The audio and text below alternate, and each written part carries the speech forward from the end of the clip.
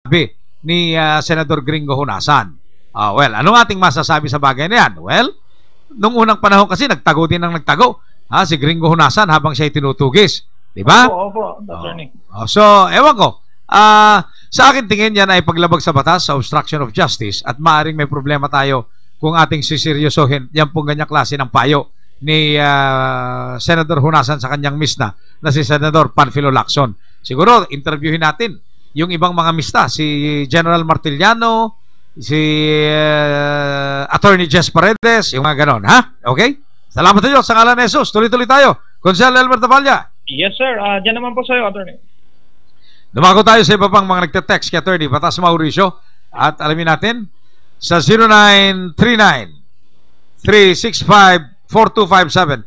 Attorney Batas, magtatanong lang ako tungkol sa iyong retirement October 16, 2009 pa. Hanggang ngayon, wala pa rin. Saan po kayo nag-retire? Sa Government Service Insurance System o sa Social Security System? Kailangan pong malaman ni Attorney Batas Mauricio kung saan po kayo nag-retire. Iba po kasi ang alituntunin sa SSS, iba po ang alituntunin sa GSIS tungkol po sa mga retirement benefits ng mga kasapi na umabot na sa age of retirement. Patuloy po kayo sumusubaybay sa kakampi mong batas sa DYMS Action Radio Catbalogan at kami po sa bayan napapakinggan sa buong Pilipinas at sa buong mundo sa pamamagitan po ng mga internet websites www.batasradio.com, www.eradioportal.com, www.livestream.com/batasitv. Yan po tatlong website na yan. Mapapakinggan po nyo kami at mapapad pa habang kami nagsasayin po dito po sa DYMS Action Radio Catbalogan. Karagdagang mga katanungan, Consel Elmer Tavalla? Yes, sir. Ito naman po, pahabol lang po, attorney. Okay, tinatanong niya, attorney, kung bakit daw medyo matagal daw ang pagkabinbin ng 20% discount bill na ipinasa po ng Kongreso. Ngayon nakabinbin sa Malacanang. Tama po, pati po ako nagtatanong na rin, bakit masyado yatang matagal na hindi nilalagdaan ang Pangulong Gloria Macapagal Arroyo yan pong senior citizens, amended senior citizens law na dapat ay magbabalik doon po sa nawala sa discount ng senior citizens sa halagang 12% dahil ito po ay tinatakda bilang IVAT. Maganda po sana dahil yung mga matatanda natin wala naman pong tinanggagalingan na ng wastong ikabubuhay kaya magiging malaki sa kanila yung pagbabalik ng 12% para makompletong muli yung kanilang 20% discount sa lahat ng bilihin, sa lahat ng serbisyo at sa lahat ng entertainment. Siguro po, hindi pa senior citizen ang Pangulong Gloria Macapagal Arroyo o di kaya senior citizen man siya at yung mga miyembro niya ng gabinete siguro hindi nila kailangan yung senior citizen discount na yan sapagkat hindi naman sila nangangailangan ng diskwento. Bahala na kayo mag-isip kung ano ibig sabihin ng aking sinabi.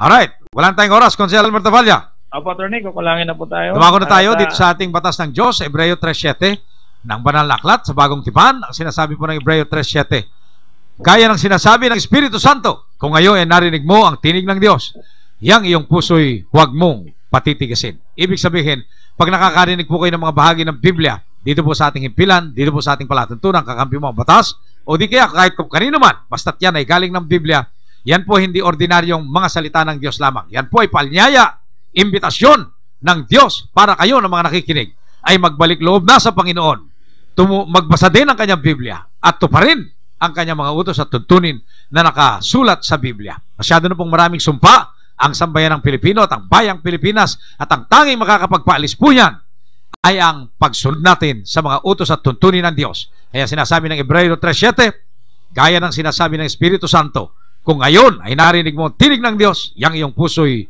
huwag mong patitigasin. Mag-umpisa na po tayong sumunod sa mga utos at tuntunin ng Diyos. Salamat sa Diyos sa ngalan ni Jesus. Salamat, Consel Elmer Tavalla. Mas maraming salamat sa iyo, attorney, sa oras na binibigyan niyo sa amin dito sa Catbalogan at sa buong probinsya ng Samar. Maraming salamat din po kay Station Manager Johnny Filomor sa kanyang patuloy na pagbibiyadahan sa kakampi mong batas sa DYMS Action Radio Catbalogan. Salamat sa mga kasama natin, si Kuya June Granado, si Kuya Bob de la Cruz, si Kuya Yul de la Cruz, sa lahat ng mga aksyon dito po sa DYMS Action Radio Catbalogan. Salamat din sa aking mga kasama dito po sa Batas Internet Television at sa Batas Internet Radio sa ilalim ng internet website www.batasradio.com. Si Kuya Aisel, si Kuya RJ, si Kuya Bilson, siyempre si Kuya Mike Lokay. Yan. at sa iba pang mga nakasama ko po dito. Muli, kami po ang inyong mga lingkod sa batas mula sa Catbalogan City. Ako naman kagawad Elmer Tafalla. At ako po si Batas, Attorney Batas Mauricio. Kami po ay minsan pang nananalangin nawa, sumati ng pagpapala, pagkalinga, pagmamahal, kapayapaan at proteksyon ng dakilang Diyos, ngayon at magpakailanman. At kami pa rin ang inyong mga lingkod sa batas, Konsehal Elmer Tafalla, Attorney Batas Mauricio. Minsan pa nagpapaalala, dito lamang sa DYMS.